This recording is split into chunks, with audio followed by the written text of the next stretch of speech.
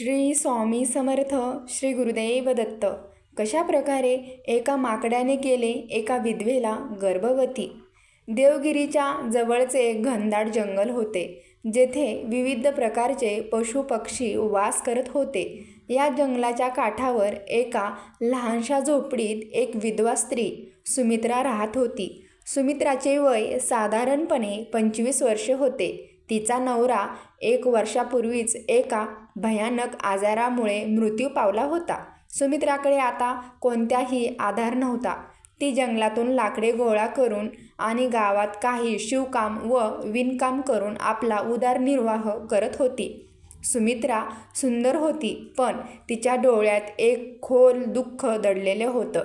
गावातील लोक तिच्या सौंदर्यामागे तिच्या एकटेपणाची चेष्टासुद्धा करत होते, पण सुमित्राने कधी कोणाच्या बोलण्याचा राग मानला नाही. तिच्यासाठी आता जीवन म्हणजे फक्त रोजच्या गरजा पूर्ण करणे आणि दिवस काढणे एवढेच उरले होते. एके दिवशी सुमित्रा जंगलात लाकडे गोळा करत होती, तेव्हा जवळच्या झाडावरून एक मोठे माकड खाली उतरले आणि तिच्यासमोर येऊन बसले. सुमित्रा ते पाहून थोडं दचकली, पण माकडाने कोणताही हल्ला केला नाही. ते फक्त टक लावून सुमित्राकडे पाहत राहिला. सुमित्राने हळूच नजर वर केली आणि विचारले, "तू कोण आहेस? काय हवे आहे तुला?" माकडाने आपले डोके खाली झुकवले, जणू त्याला तिचे बोलणे समजले होते. सुमित्रा हलकेसे हसली आणि पुन्हा आपल्या कामात मग्न झाली होती. माकड तेथेच बसून तिला पाहत राहिले. जेव्हा सुमित्रा लाकडाचे गठ्ठे बांधू लागली, तेव्हा माकडाने पुढे येऊन तिची मदत केली. सुमित्रा आश्चर्यचकित झाली होती. तिने माकडाच्या डोक्यावर प्रेमाने हात फिरवला आणि म्हणाली, "तू खूप समजदार आहेस रे." त्या दिवसानंतर माकड रोज सुमित्राच्या जवळ यायला लागला. तो तिच्यासाठी फळेसुद्धा आणायचा, तिच्या कामात मदत करायचा आणि कधीकधी तिच्या झोपडीसमोर बसून संध्याकाळपर्यंत खेळायचा. सुमित्राच्या आयुष्यात एक नवा रंग बहरला. तिच्या ओठावर हरवलेले हसू परत आले होते. वेळ जात गेला आणि सुमित्रा आणि माकड यांच्यात एक अनोखे नाते निर्माण होऊ लागले. जेव्हा सुमित्रा एकटी असायची, तेव्हा माकड तिला हसायचा प्रयत्न करायचा. जेव्हा ती उदास असायची, तेव्हा तो तिच्या खांद्यावर डोकं ठेवून बसायचा. सुमित्राही आता त्याला आपल्या कुटुंबाचा एक भाग मानू लागली होती. एक रात्री सुमित्रा आपल्या झोपडीबाहेर बसून चांदणी रात्रीचा आनंद घेत होती. माकड जवळच्या झाडाच्या फांदीवर बसून तिला पाहत होता. "तू नेहमी माझ्यासोबत राहशील ना?" सुमित्राने विचारले. कोणाला तर माकडाला विचारले. माकड हळूच तिच्या दिशेने उडी मारून तिच्या पायाजवळ बसला. सुमित्राने त्याला आपल्या मांडीवर उचलले आणि प्रेमाने त्याच्या डोक्यावर हात फिरवू लागली. त्या रात्री पहिल्यांदाच सुमित्राला तिच्या एकटेपणाची जाणीव झाली नाही. दिवस जात गेले आणि सुमित्रा आणि माकड यांचे नाते अधिकच घट्ट होऊ लागले होते. एके दिवशी सुमित्रा आजारी पडली होती. तिला तीव्र ताप आला होता. ती झोपडीत अंथरुणावर पडून होती आणि माकड चिंतेने तिच्याजवळ बसला होता. त्याने जंगलातून वेगवेगळ्या प्रकारची फळे आणली आणि तिच्यासमोर ठेवली. सुमित्राने कष्टाने डोळे उघडले आणि मंद आवाजात विचारले, "तू माझी इतकी काळजी का घेत आहेस? तू माझी इतकी काळजी का घेत आहेस?" माकडाने तिच्या डोळ्यात पाहिले. त्या डोळ्यामध्ये एक गूढ आत्मीयता होती, एक प्रेम होतं जे शब्दाच्या पलीकडे होतं. सुमित्राने हळूच त्याचा हात धरला आणि झोपून गेली. माकड संपूर्ण रात्र तिच्या बाजूस बसून राहिले. काही दिवसांनी सुमित्रा बरी झाली. आता ती माकडाशिवाय एक क्षणही राहू शकत नव्हती. दोघांनाही एकमेकाची सवय झाली होती. सुमित्राच्या मनात ही भावना निर्माण होऊ लागली की हे माकड काही साधे प्राणी नाही, त्याच्या स्पर्शात काहीतरी वेगळे होते, जसे एखादी जुनी आत्मा तिच्या आयुष्यात भाग बनून परत आली असावी. एक रात्री मुसळधार पाऊस कोसळत होता. सुमित्रा झोपडीत बसली होती आणि माकड तिच्या शेजारी येऊन बसला. वीज चमकल्यावर सुमित्राने पाहिले की माकडाच्या डोळ्यामध्ये एक गूढ चमक होती. सुमित्राने त्याच्या डोक्यावर हात ठेवला आणि विचारले, "तू नेहमी माझ्यासोबत राहशील का?" माकडाने हळूच तिच्या मांडीवर डोके ठेवले. सुमित्राच्या डोळ्यातून अश्रू वाहू लागले. तिला जाणवले की तिच्या आयुष्यातील रिक्तता आता भरून निघाली आहे. त्या रात्री तिने माकडाला आपल्या हृदयाशी धरले आणि पहिल्यांदा तिला एक विलक्षण आत्मीयता जाणवली. वेळ निघून गेला, पण सुमित्राला आता तिच्या शरीरात एक विचित्र बदल जाणवू लागला होता. तिला मळमळ होऊ लागले, तिची भूक वाढू लागली, हळूहळू तिचे शरीर बदलू लागले. सुमित्राने गावातील दाईचा सल्ला घेतला. दाईने म्हटले, सुमित्रा, तू गर्भवती आहेस. सुमित्रा हे ऐकून थक्क झाली. तिने दाईला विचारले, हे कसे शक्य आहे? माझा तर कोणताही पती नाही. दाईने तिच्या डोळ्यात पाहिले आणि म्हणाली, पण हे सत्य आहे. सुमित्रा गोंधळून गेली. तिला आठवले की त्या रात्री जेव्हा तिने माकडाला आपल्या जवळ झोपवले होते, तिच्या मनात एक विचित्र शांतता आणि आत्मीयतेची जाणीव झाली. हे शक्य होतं का की माकडच तिच्या गर्भधारणेला कारणीभूत असेल? हे विचार करून ती घाबरली आणि गोंधळात पडली. सुमित्रा आता दररोज माकडाकडे पाहू लागली, पण आता तिच्या मनात भीती आणि संकोच होता. माकड आधीसारखंच तिच्या आजूबाजूला फिरायचं, तिची मदत करायचं, पण आता सुमित्राच्या मनात अनेक प्रश्न उमटू लागले होते. हे प्रेम होतं का? हा कोणता चमत्कार होता का? की एखादा शाप? हे माकड खरंच एक सामान्य प्राणी होतं का? की कुठला तरी देवता? सुमित्रा या प्रश्नांनी घेरली गेली होती, पण तिच्याकडे कुठलेही उत्तर नव्हतं. ती आता गहन द्वंद्वात सापडली होती. गर्भधारण होणं काही सामान्य गोष्ट नव्हती. गावभर ही बातमी हळूहळू पसरू लागली. सुमित्रा गर्भवती आहे. गावातील बायका आणि पुरुष तिच्याबद्दल विविध चर्चा करू लागले. एक विधवा गर्भवती कशी काय झाली? हा पाप कोणाचा आहे? जंगलातील एखादा राक्षस तिच्या स्वप्नात आला असेल का? सुमित्रा या चर्चामुळे अस्वस्थ झाली. तिला माहिती होतं की तिने कोणत्याही पुरुषाशी कुठलाही संबंध ठेवला नव्हता. तरीही हा गर्भ हे कसे संभव आहे?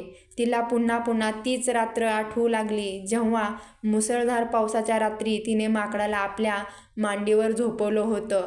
त्यानंतरच तिच्या शरीरात हे बदल जाणवू लागले होते. श्री स्वामी समर्थ. श्री गुरुदेव दत्त.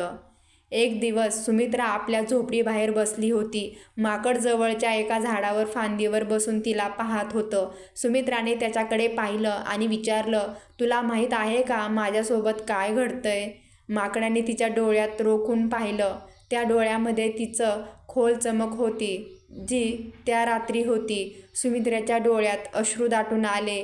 तिनेही हळू आवाजात विचारलं, मी तुझ्यावर प्रेम केलं आहे, पण हे कसं शक्य आहे की तू माझ्या गर्भधारणेला कारणीभूत असशील? माकड हळूच तिच्या झोपडीसमोर आलं आणि तिच्या पायाजवळ बसलं. त्याने आपलं डोकं सुमित्राच्या मांडीवर ठेवलं. सुमित्राने त्याच्या पाठीवर प्रेमाने हात फिरवला, पण तिच्या मनातील प्रश्न अजूनही अनुचितच होता. गावकऱ्यांना जेव्हा समजलं की सुमित्रा गर्भवती आहे, तेव्हा संपूर्ण गावात खळबळ उडाली. गावच्या पंचायतीने सुमित्राला बोलावलं. गावाच्या मुखियाने कठोर आवाजात विचारलं, सुमित्रा, खरं खरं सांग, तुझ्या गर्भाचा पिता कोण आहे? तुझ्या गर्भाचा पिता कोण आहे? सुमित्रा डोकं झुकवून शांत उभी राहिली. काही क्षणांनी तिने उत्तर दिलं, मला माहीत नाही. पंचायतमधल्या लोकांनी म्हटलं, तू खोटं बोलत आहेस. कुणाच्या तरी सहवासाशिवाय गर्भधारण कशी होईल? गावातील महिलांनी म्हणायला सुरुवात केली, नक्कीच हीच कुणाशी तरी गुप्त संबंध असणार. सुमित्राने धैर्याने उत्तर दिलं, माझ्या आयुष्यात कोणताही पुरुष कधीच आला नाही, पण एक माकड आहे जे रोज माझ्यासोबत राहतं, माझी मदत करतं, माझा आधार आहे. मुखिया मोठ्याने हसला आणि म्हणाला, तू असं म्हणतेस की तुला माकडामुळे गर्भधारणा झाली आहे? गावातील लोक मोठ्याने हसू लागले, पण सुमित्राच्या चेहऱ्यावर मात्र गांभीर्य होतं. ती म्हणाली, मी कधी कोणासोबत कुठलाही संबंध ठेवला नाही. मला हे कसं झालं माहीत नाही, पण एवढं मात्र खरं आहे की ज्या दिवसापासून माकड माझ्या झोपडीत आलं, त्या दिवसापासून माझं मन आयुष्य बदलून गेलं. गावातील लोक ही गोष्ट ऐकून सुमित्राला अपशकुनी आणि कलंकित मानू लागले. गावातील महिलांनी तिच्याशी बोलणं बंद केलं. लहान मुले तिच्या झोपडीत आसपास येण्याशी झाली. सुमित्रा आता पूर्णपणे एकटी झाली होती. सुमित्राच्या मनात आता भीतीने घर केलं होतं. ती दररोज रात्री जागत असे आणि आपला हात पोटावर ठेवून विचार करत राहायची. ती स्पष्ट जाणू शकत होती की तिच्या गर्भात वाढणाऱ्या अपत्याची हालचाल वाढत आहे, पण तिच्या मनात अजूनही चिंताच होती. एक दिवस माकड तिच्या जवळ आलं आणि तिच्या गुडघ्यावर आपलं डोकं ठेवलं. सुमित्राने त्याच्या डोळ्यात पाहिलं आणि विचारलं, तू काही लपवत आहेस का माझ्यापासून? माकडाने गहन नजरेने तिच्या डोळ्यात पाहिलं. अचानक त्याच्या डोळ्यातून अश्रू वगळले. सुमित्रा डचकली. तू रडतो आहेस? माकडाने हळूच तिचा हात पकडला. सुमित्राला जाणवलं की त्याच्या स्पर्शात एक खोल आत्मीयता आहे, पण त्याआधी ती काही समजू शकेल. माकड अचानक उठून जंगलाच्या दिशेने धावू लागलं. सुमित्राने आवाज दिला, कुठे चाललास? थांब, कुठे चाललास? थांब. पण माकडाने मागे वळूनही पाहिलं नाही. सुमित्रा हतबल होऊन तिथेच बसून राहिली. दुसऱ्या दिवशी गावात एक सिद्ध संत आले. लोकांनी सुमित्राची परिस्थिती संतांना सांगितली. संतांनी सुमित्राला आपल्याजवळ बोलावले. त्यांनी तिच्याकडे पाहिले आणि म्हणाले, तुझ्या गर्भात जी जिवंत आत्मा आहे ते सामान्य बाळ नाही, हे कोणत्या विशेष आत्म्याचे फळ आहे. तुझ्याशी कोणता पशु जोडला आहे का? सुमित्राने डोकं खाली झुकून उत्तर दिलं, एक माकड माझ्या जीवनात आलं होतं. ते माझी काळजी घेत होतं, पण आता ते निघून गेलं आहे.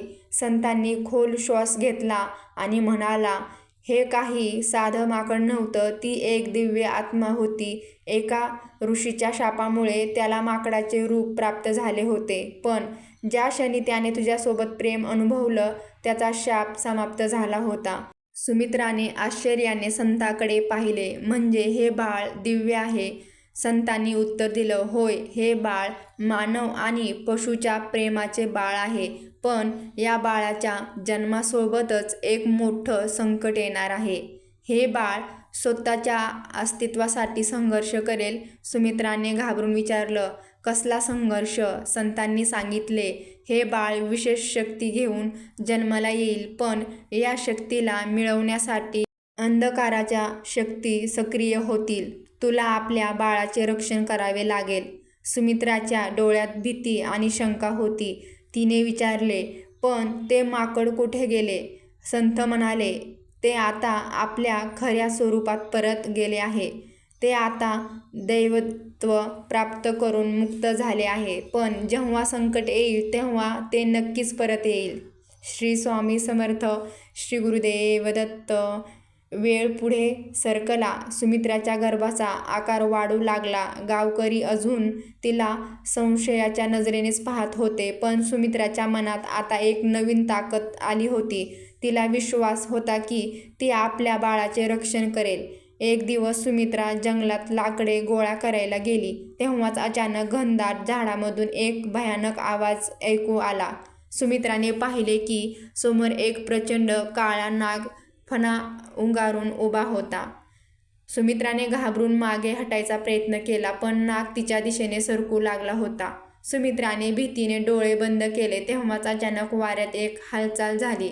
सुमित्राने डोळे उघडले आणि पाहिले की समोर तेच माकड उभा होतं, पण यावेळी त्याच्या डोळ्यात एक प्रखर तेज होतं. ते नागाकडे झेपावलं आणि त्याला जोरात धक्का दिला. नागाने फुटकार काढला आणि अंधकारात गायब झाला. सुमित्राने थरथरत माकडाकडे पाहिले. माकड तिच्याकडे पाहत होते आणि त्याच्या डोळ्यामध्ये तीच आत्मीयता होती, पण याआधी सुमित्रा काही बोलू शकली असती. ते पुन्हा जंगलाच्या दिशेने धावत निघून गेला होता. सुमित्राला आता समजलं होतं की तिचा गर्भ कोणत्याही सामान्य बाळाचे प्रतीक नव्हते, ते एक दिव्य शक्ती होते, जे तिच्या गर्भात वाढत होते. माकडाचे अचानक प्रकट होणे आणि नागापासून तिचे रक्षण करणे हे स्पष्ट संकेत होते की काहीतरी मोठं घडणार आहे. पण सुमित्राच्या मनात अजूनही शंकाच होती. ते माकड खरंच दिव्य आत्मा होतं का? जर ते एखाद्या ऋषीचे अवतार होते तर ते तिला सोडून का गेले? आणि तो नाग, तो नक्कीच कोण होता? या प्रश्नाचं उत्तर न मिळाल्यामुळे सुमित्राच्या मनात अस्वस्थता वाढत गेली होती. गर्भाचा वेळ आता पूर्ण होऊ लागला होता. सुमित्राचं शरीर जड झालं होतं. तिला चालणं फिरणं कठीण होत होतं. गावातील स्त्रिया अजूनही तिच्यापासून अंतर ठेवून वागत होत्या.